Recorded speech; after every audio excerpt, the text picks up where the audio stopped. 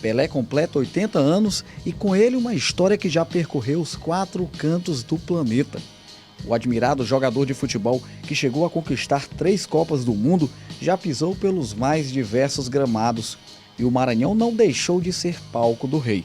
A estrela revelada pelo Santos chegou a disputar a pelota em pleno Gigante da Vila Passos. Nossa equipe de reportagem veio até o estádio Nilzinho Santos conferir de perto mais detalhes sobre a participação do rei do futebol no Maranhão. Foram 2 delas. A primeira, em 1957, quando o Pelé defendeu o Santos contra a equipe do Sampaio Corrêa. A segunda, em 1967, quando o rei do futebol defendeu o Peixe contra a seleção maranhense. Chamamos 2 testemunhas para nos ajudar a contar um pouco dessa história. Alzimar, ex-zagueiro que atuou por vários times maranhenses, inclusive pela seleção do estado, e Manuel Martins, reconhecido pesquisador da história futebolística. Manuel relembra os momentos da participação de Pelé nos jogos que disputou em São Luís. A gente esteve presente nas duas partidas jogadas pelo Santos. Uma, nós só conseguimos entrar no estádio depois que os portões se abriram.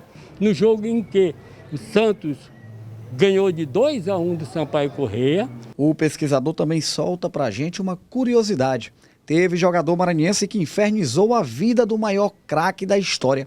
Pode acreditar. Naquela época se jogava um 2-3-5. E aqui tinha um jogador chamado, olha o nome dele, Terrível. Um zagueiro, pai do Breno, que também jogou no Motoclube São Luís. E o Pelé, com 17 anos, enfrentou o Terrível aqui no Nilzinho Santos. Quando foi em 67, o governo do estado fez uma promoção e trouxe novamente o Santos aqui em São Luís. E a maior preocupação dele era saber se o Terrível, quer dizer, o jogador que havia marcado ele, ainda estava jogando, porque ele ficou automaticamente com medo. Durante os jogos, Manuel assistiu tudo de perto. Só que mais perto ainda estava Alzimar. Em uma das partidas, o zagueirão marcou colado no rei do futebol.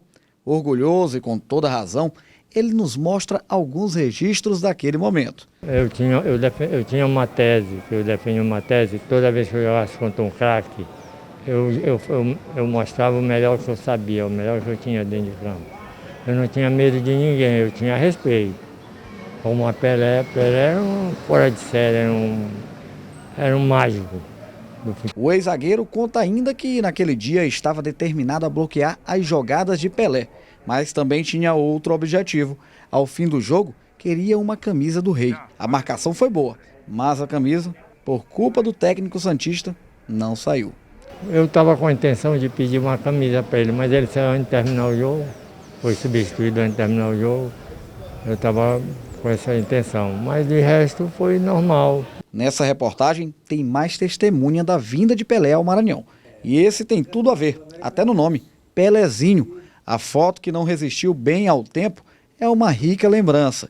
O ex-centroavante nos conta como herdou o apelido e fala sobre as lembranças do dia em que atuou em uma partida de futebol com vários ídolos. Uma lembrança é a derrota de 1-0.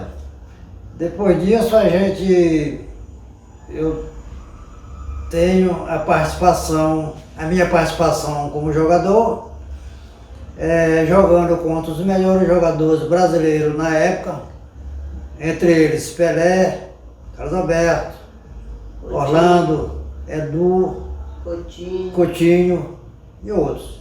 Ele já tinha conquistado 2 Copas Mundiais, se não me engano, 2 ou 3 campeonatos sul-americanos pelo Santos, campeões mundiais de clubes. É isso.